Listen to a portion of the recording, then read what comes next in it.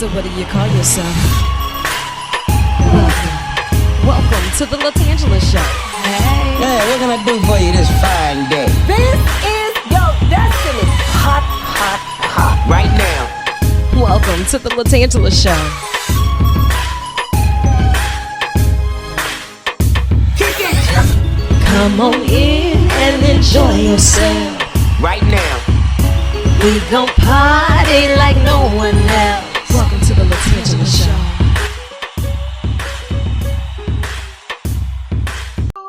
I'm good. How are you? I'm holding on. But I am even better now that I have you in the hot seat and on the tan line. Thank you so much for your commitment to making sure that our community is getting better day by day. I know that this is something that's always eventful, to say the least, right? In your line of work, tell me, what is a highlight for you? The highlight for me is my patients. I love taking care of breast cancer patients. It is something that is deeply rooted in who they become, not only, as it happens to them, but it forms something in their soul that eventually will allow them to grow as a woman, as a mother, as a family member, as a member of the community. And so to be a part of that, it's really a blessing. Yeah, and you work with such a phenomenal team. The work that you and your peers do over at Women's Hospital, let me tell you, it does not go unnoticed. In 2020, I was one of your patients, and they took excellent care of me, and they walked me through the entire process. And it's always that same tone that resonates when everyone has an experience with Women's Hospital because of concerned hearts such as yours and such as those that you work with day in and day out. Because when we come, we're so uncertain. We have a lot of questions that need answers. There's a certain line of fear, even if it's the early testing, the early detection, or just whatever that looks like. By the time we're sitting in front of you, we're already at like this, oh, I don't know what to expect phase. So while you're doing this, I know that you are there as a board certified and fellowship trained breast surgical oncologist. Now that's a super fancy title because it has so many things that's wrapped up with it.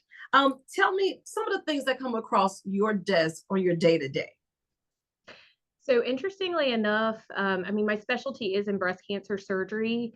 And so, I'm ultimately the first person that you'll see prior to diagnosis. I manage the diagnosis in a multidisciplinary fashion. But shockingly, 1 in 4 women end up seeing a breast specialist because there's lots of other things that can happen in the breast, including breast pain, benign masses, breastfeeding issues. So it doesn't stop with just cancer. So it's nice and well-rounded. So my day can be very versatile, honestly. Right. And you've been doing this for some time while you're doing your best to get the messaging out, to encourage people to come through for the screenings and to make sure that they're on top of these appointments. What has been one of the biggest challenges in educating people on the importance of getting to those appointments? The biggest challenge is that we're pulled in all different directions, right? I mean, most of our patients are women. I'm not excluding my 1%ers of my male breast cancer. Yeah. But as you know, women are the head of the household in most instances. And so we tend to put ourselves last. We put our children, our family members, we're caretakers. So really, I try and emphasize that your family can't be taken care of if you don't take care of yourself.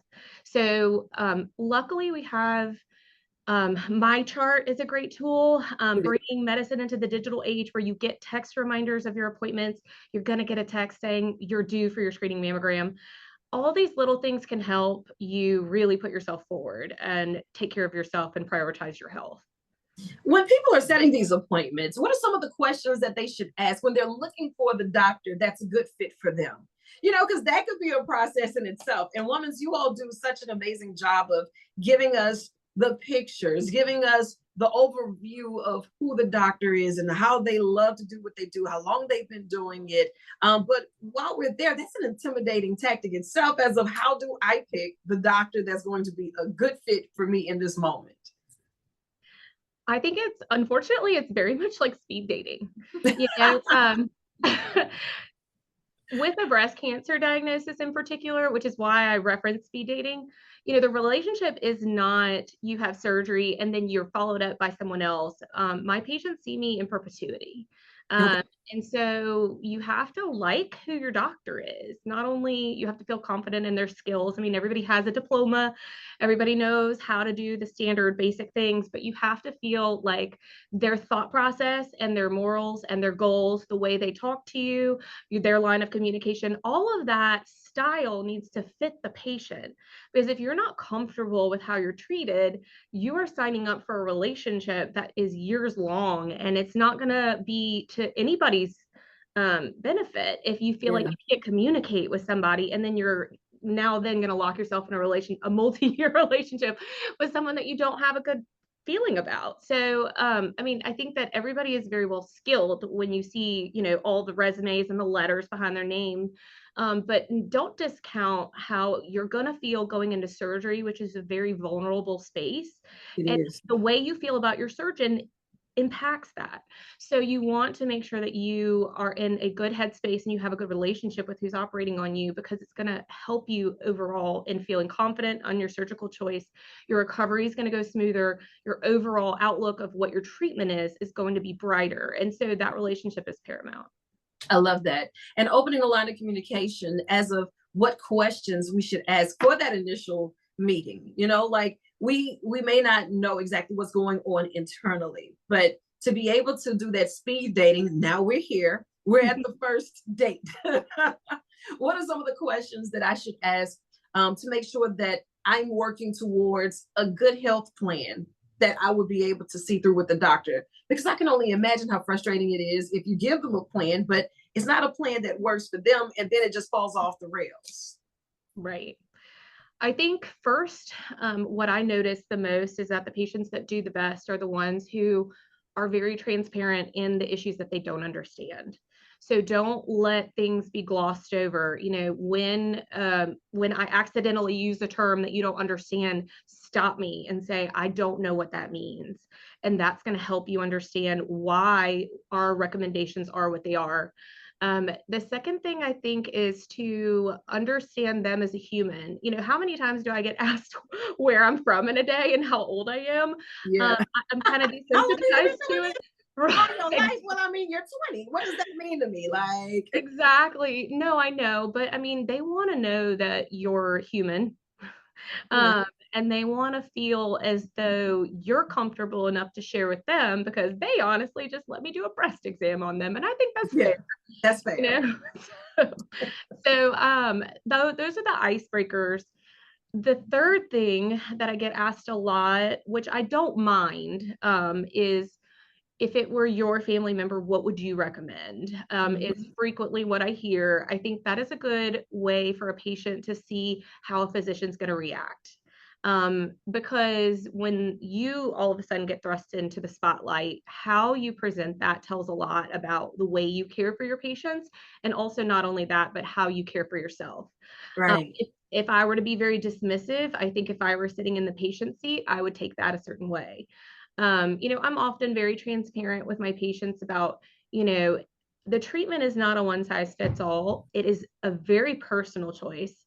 And what your breast means to you might be different than what my breast means to me. And I think that we all can recognize that what you choose to do surgically in your 30s differs from what you would choose in your 40s and your 50s, your 60s and your 70s and Mhm. beyond. And my job is to make that really transparent to them, understand that you have options. This is not a dictatorship, it's a relationship.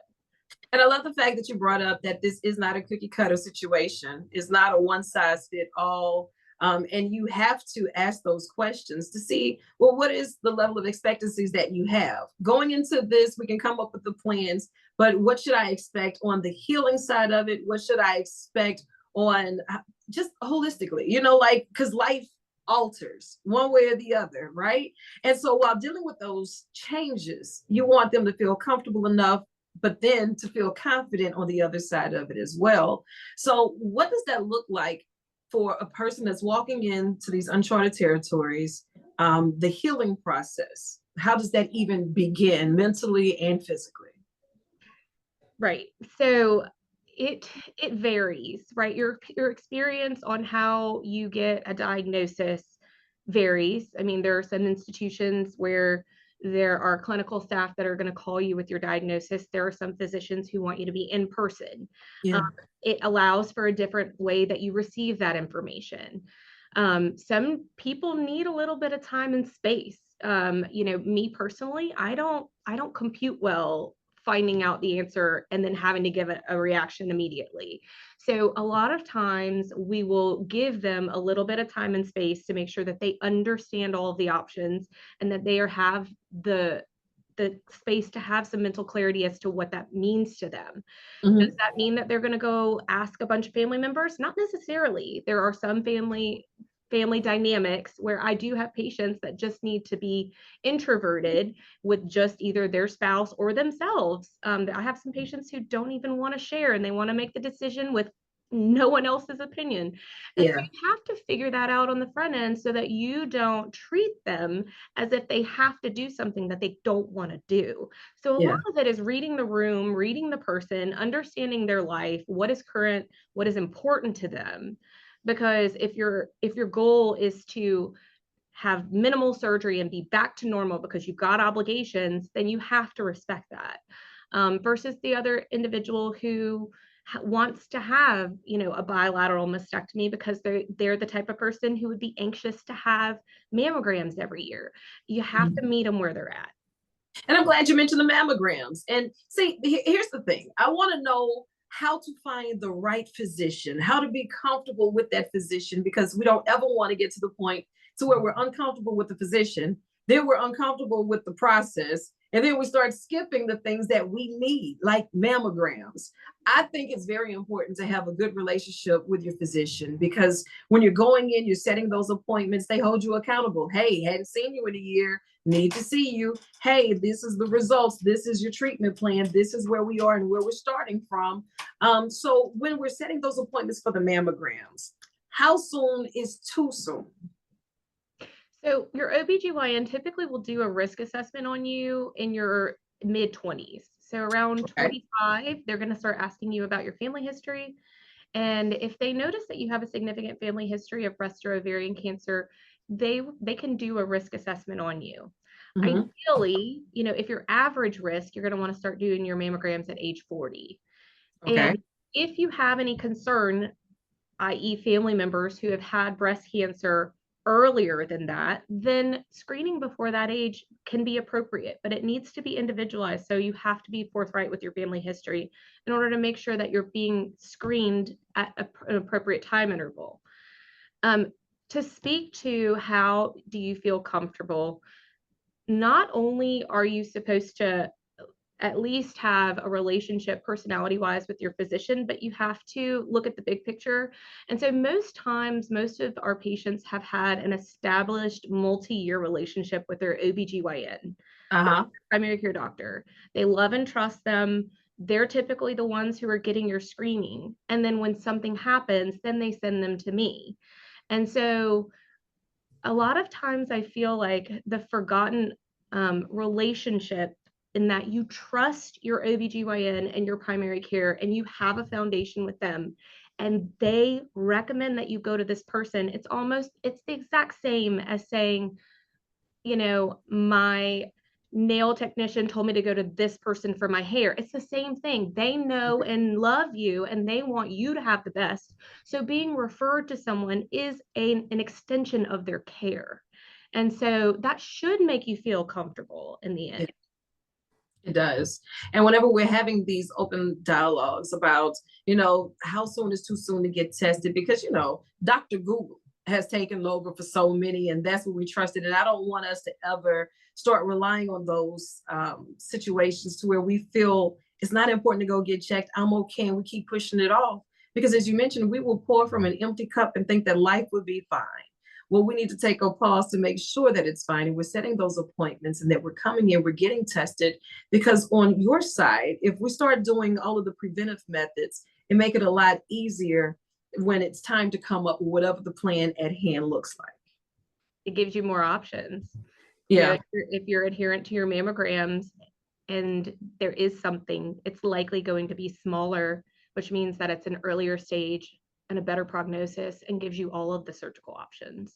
And you mentioned genetics with this. If we do have a family history, should we start tapping in sooner than not? Absolutely. It's becoming very common that primary care doctors and OBGYN offices will hand you a form which asks some pretty common questions about your family history, and that will indicate whether or not you're a candidate for genetic testing, which is a blood draw that looks at all of the genes. And if you test positive for one of those genes, you can actually start to be proactive.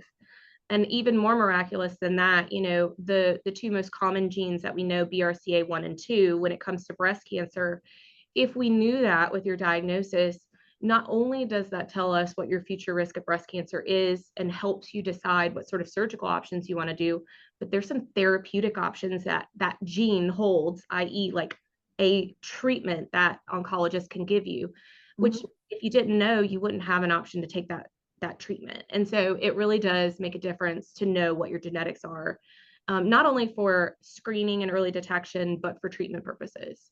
Good. Now, on that, is there anything on the preventative side that we can do to reduce risk, or anything that you feel would be little small steps done consistently that will make a greater impact? Living a healthy lifestyle goes a long way. They say what's good for your heart is good for your breast. Unfortunately, you're not going to hear anything different from the cardiologist to me. Having an active lifestyle, routine exercise. I tell my patients, especially, my patients that have limitations like that, have had joint replacements, and I'm not asking you to go do like a Pilates class. Walking works wonders. Every time your heel strikes that concrete or that grass, it sends a shockwave up your bone and it helps strengthen your bone. So you're limiting your future risk of osteoporosis. So just walk. I mean, outside walking, at least a minimum of 30 minutes of exercise 3 times a week is ideal. Yeah. And then watching what you eat, we're not all perfect. I'm not saying that you can't ever have a piece of sugar. I mean, obviously I do.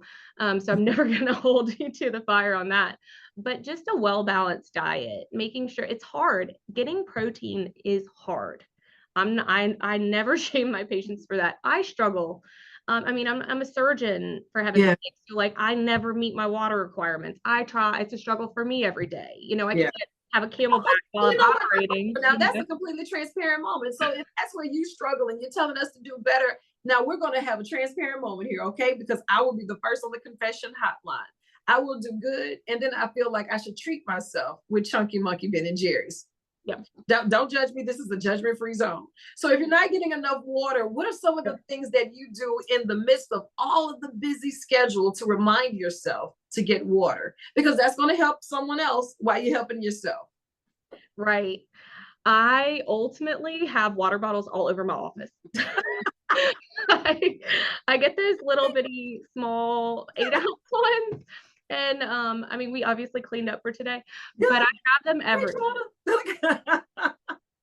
So I don't have to remember where I left the last one. Absolutely. And I love that, because we are human, and here in Louisiana, we have so many different factors, and we celebrate everything with food. If we're happy, we're celebrating with food. If we're sad, we're celebrating with food. If we're confused, we're celebrating with food. And, it's like, you're not telling us what we can't have. It's just more of the things that we should have and how it impacts our body and our wellness all together. And I want you to think of this as an extension of your office. We're setting those appointments. We're getting those mammograms. Of course, if you do not have a physician, I would encourage everyone to have a good relationship with their physician, because that's important, especially if you're talking to someone about something as personal as your health. You want to be able to at least say, this is where I was, a baseline. This is where I am now, and this is where I need to go, because that's accountability in my eyes. And you shouldn't feel shamed either. I have a lot of experience with patients hiding when the last time they took care of themselves were, especially when it comes to mammograms. Yeah. And you're not going to get judgment from us. We just want to make sure that you're taking care of here and now, and that you understand the importance of not letting yourself be second fiddle anymore. Yeah. Absolutely. Now, this is your first field trip. It will not be your last. I need you to come to the station sometimes, or I'll just pull up over there and say, is Dr. Feauveau here? I need to talk to Dr. Feauveau. And I appreciate you so much. I know you have more work to do. So I'm going to let you chase the sun or let the sun chase you. But either way, get after it. I love you. And there's absolutely nothing you can do about it. I appreciate it. Thank you so much. This is a great time.